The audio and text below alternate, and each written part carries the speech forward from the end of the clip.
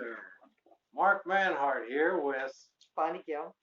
and we're the people with the Grand Ole Players Theater Company. Here to talk to you today about Never Too Late by Sumner Long.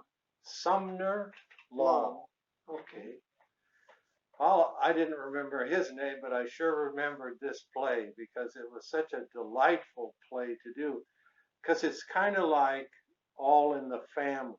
Oh, where the adult children are living with the parents after they're married. The adult married children. And the old man had grumpy.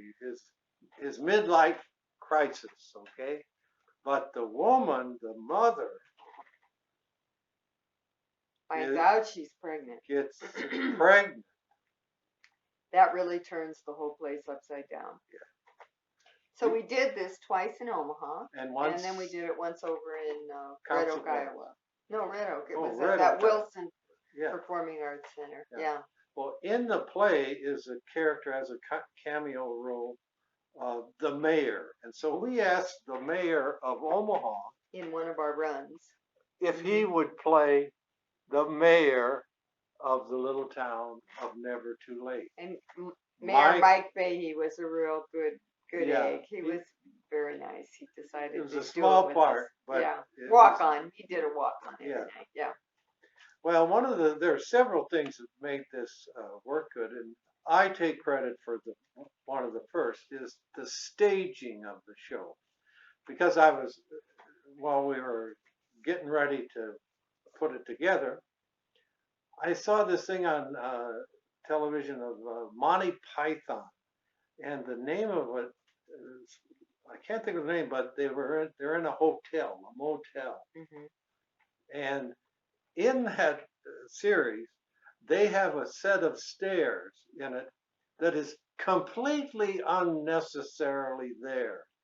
And so I asked somebody about it, and they said it was probably something so that John Cleese, the tall guy of the Monty Python, you could see him walking up and down stairs. And so I thought, aha. So I had the fellas, Lou Ryan and Carlin Peters.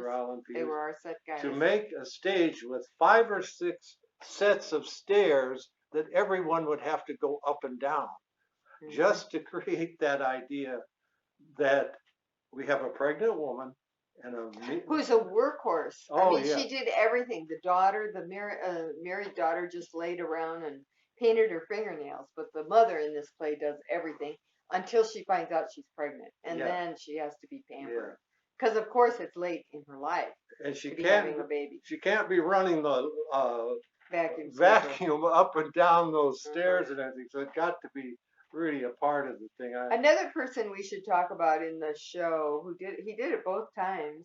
He didn't do the Iowa version, but he did the 2 Omaha versions. Is James Thorson.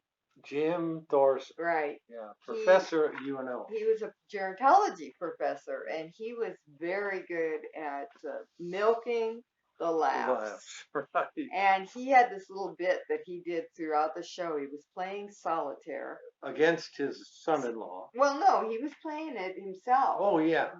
But his son-in-law would try to play it, and his son-in-law could never go out. And the father was always playing out. And it just frustrated him because he was always trying to compete to be as good as his father-in-law anyway. And so the trick was... the trick was to take a card and have Jim, as the father, hide one card somewhere on stage. But nobody knows it but the audience. Right. And so that comes up like, you can't ever play out. Oh, I never can play out. Why can't I play out? And so the son-in-law plays cards, and he couldn't play out, see? So the next part of the scene is that the father goes over to the bookcase and pulls out the card.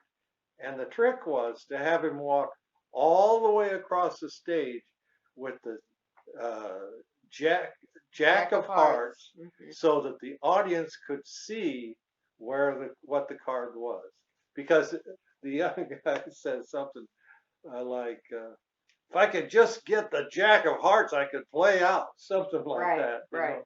So it's a running joke. A running joke throughout the show, which was a big hit.